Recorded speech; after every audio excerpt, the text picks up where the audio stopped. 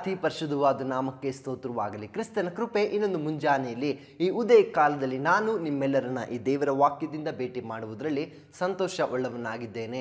ಪ್ರಿಯ ದೇವಜನರೇ, ಈ ಮುಂಜಾನೆಯಲ್ಲಿ ವಾಕ್ಯ ಹೀಗೆ ಹೇಳ್ತಾ ಇದೆ. ಯೆಶಾಯನು ಬರೆದ ಪ್ರವಾದನೆ ಗ್ರಂಥ 26ನೇ ಅಧ್ಯಾಯದ 4ನೇ ವಚನದಲ್ಲಿ, ಯೆಹೋವನಲ್ಲಿ ಸದಾ ಭರವಸವಿಡಿರಿ, ಯೆಹೋವನು ಶಾಶ್ವತವಾಗಿ ಆಶ್ರಯಗಿರಿಯಾಗಿದ್ದಾನೆ. ಪ್ರಿಯ ದೇವಜನರೇ, ನಾವು ಪ್ರತಿನಿತ್ಯವೂ ದೇವರ ಸಾನ್ನಿಧ್ಯದಲ್ಲಿ ಬರುವಾಗ ಈ ವಾಕ್ಯ ನಮಗೊಂದು ದೃಢತೆಯನ್ನು ಕೊಡುತ್ತದೆ. ನಾನು ಹೇಳಿದ್ನಲ್ಲ, ಅದೇ ಪ್ರಕಾರ ಈ ಮುಂಜಾನೆ ವೇಳೆಯಲ್ಲಿ ಒಂದು ಕನ್ಫರ್ಮೇಷನ್, ಒಂದು ದೃಢತೆಯನ್ನು ಕೊಡ್ತಾ ಇದೆ. ಏನಂದರೆ, ನೀವು ಯೆಹೋವನಲ್ಲಿ ಭರವಸವಿಡಬಹುದು. ಯಾಕೆಂದರೆ ಆತನು ಶಾಶ್ವತವಾದ ಆಶ್ರಯಗಿರಿಯಾಗಿದ್ದಾನೆ. ಎಷ್ಟು ಸುಂದರವಾದ ವಚನ ನೋಡ್ರಿ. ಎಷ್ಟೋ ಬಾರಿ ನಾವು ಮುಂಜಾನೆಯಲ್ಲಿ ದಿನವನ್ನು ಆರಂಭಿಸುವಾಗ ಕಳವಳದಲ್ಲಿ ಇರ್ತೀವಿ, ಚಿಂತೆಯಲ್ಲಿ ಇರ್ತೀವಿ, ಅವಸರದಲ್ಲಿ ಇರ್ತೀವಿ. ಆದರೆ ದೇವರ ಮೇಲೆ ಭರವಸೆ ಇಡಿರಿ ಅನ್ನುವ ಈ ವಾಕ್ಯ ಕೇಳುವಾಗ ನಮ್ಮ ಕಳವಳ, ಚಿಂತೆ, ಗಲಿಬಿಲಿ, ಆತುರ, ಅವಸರ ಇವೆಲ್ಲ ಹೋಗಿ ಸಮಾಧಾನದಲ್ಲಿ ನಾವು ದೇವರ ಮೇಲೆ ಭರವಸೆವಿಟ್ಟು ದಿನವನ್ನು ಆರಂಭಿಸಬೇಕು. ಅನೇಕ ಟೆನ್ಷನ್ ನಮಗೆ ಮುಂಜಾನೆಯಲ್ಲಿ ಇರ್ತದಲ್ವ. ಅಯ್ಯೋ ಅದಾಗಿಲ್ಲ, ಇದಾಗಿಲ್ಲ, ಇದನ್ನು ಮಾಡಿಲ್ಲ, ಅದನ್ನು ಮಾಡಬೇಕು, ಇದನ್ನು ತೋರಿಸ್ಬೇಕು, ಇದೆಲ್ಲ ಕಾರ್ಯಗಳಿರ್ತದೆ.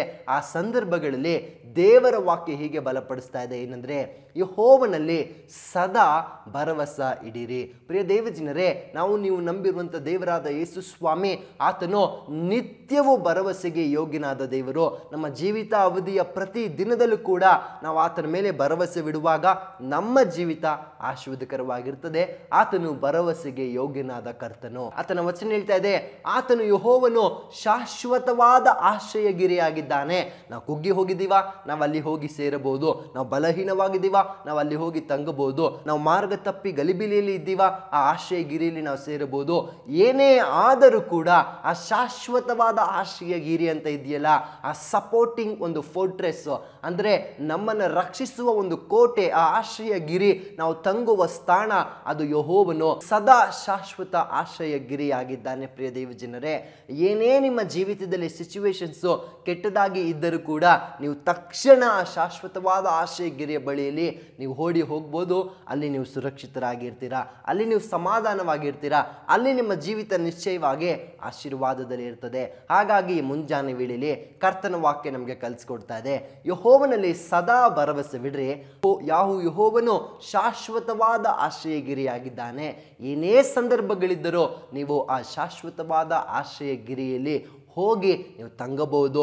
ನಿಮ್ಮ ಜೀವಿತ ಸುರಕ್ಷಿತವಾಗಿರ್ತದೆ. ನಂಬ್ತೀರಾ? ನಾವು ಪ್ರಾರ್ಥನೆ ಮಾಡಿಕೊಳ್ಳೋಣ. ಪರಿಶುದ್ಧಾತ್ಮನೇ, ನಿಮಗೆ ಸ್ತೋತ್ರಪ್ಪ. ನಿನ್ನ ವಚನ ಹೀಗೆ ಬಲಪಡಿಸಿದಕ್ಕಾಗಿ ಸ್ತೋತ್ರ. ಹೌದು ಅಪ್ಪ, ಯೆಹೋವನಲ್ಲಿ ನಾವು ಸದಾ ಭರವಸೆವಿಡಬಹುದು ಅನ್ನುವುದನ್ನು ನಿನ್ನ ವಾಕ್ಯ ಕಲಿಸ್ಕೊಟ್ಟಿದ್ದಕ್ಕಾಗಿ ಸ್ತೋತ್ರ. ಪ್ರಿಯ ಮಕ್ಕಳು, ಇವತ್ತು ಯಾವ ಸಂದರ್ಭಗಳಲ್ಲಿ, ಯಾವ ವಿಷಯಗಳಲ್ಲಿ ಕರ್ತನೆಪ್ಪ ಅವರು ಗಲಿಬಿಲಿಯಲ್ಲಿಯೋ ಅಪ್ಪ ಚಿಂತೆಯಲ್ಲಿಯೋ ಟೆನ್ಷನ್ನಲ್ಲಿ ಇದ್ದಾರೋ ಅಂತ ಮಕ್ಕಳನ್ನು ನೀನು ಆಶೀರ್ವದಿಸು ಅಪ್ಪ. ಅವರು ಇವತ್ತು ಈ ಮುಂಜಾನೆ ವೇಳೆಯಲ್ಲಿ ನಿನ್ನಲ್ಲಿ ಭರವಸೆ ಇಡುವಾಗ ನೀನು ತಾನೇ ಕರ್ತನೆಪ್ಪ ಅವರೆಲ್ಲ ಗಲಿಬಿಲಿಗಳನ್ನು ತೆಗೆದುಹಾಕಿ ಸಮಾಧಾನವನ್ನು ಕೊಡ್ರಿ. ವಿಶೇಷವಾಗಿ ಅವರ ಒಂದು ಪರಿಸ್ಥಿತಿಗಳು ಎಷ್ಟೇ ಕೆಟ್ಟದಾಗಿದ್ದರೂ ಕೂಡ ಅಪ್ಪ, ಅವರು ಬಲಹೀನವಾಗಿ ಕುಗ್ಗಿ ಹೋದವರಾಗಿ ಇದ್ದರೂ ಕೂಡ ಅವರು ನಿನ್ನ ಬಳಿ ಓಡಿ ಬರುವಾಗ ಪರಿಶುದ್ಧಾತ್ಮನೇ ನೀನು ಸಹಾಯ ಮಾಡ್ರಿ. ನೀನು ಶಾಶ್ವತವಾದ ಆಶ್ರಯಗಿರಿಯಾಗಿದ್ದೀರಾ.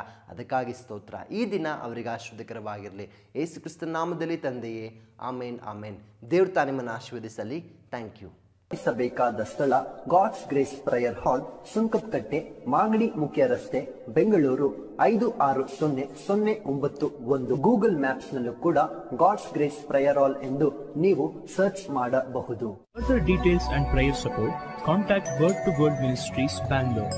Phone 9008725814, 9008725815.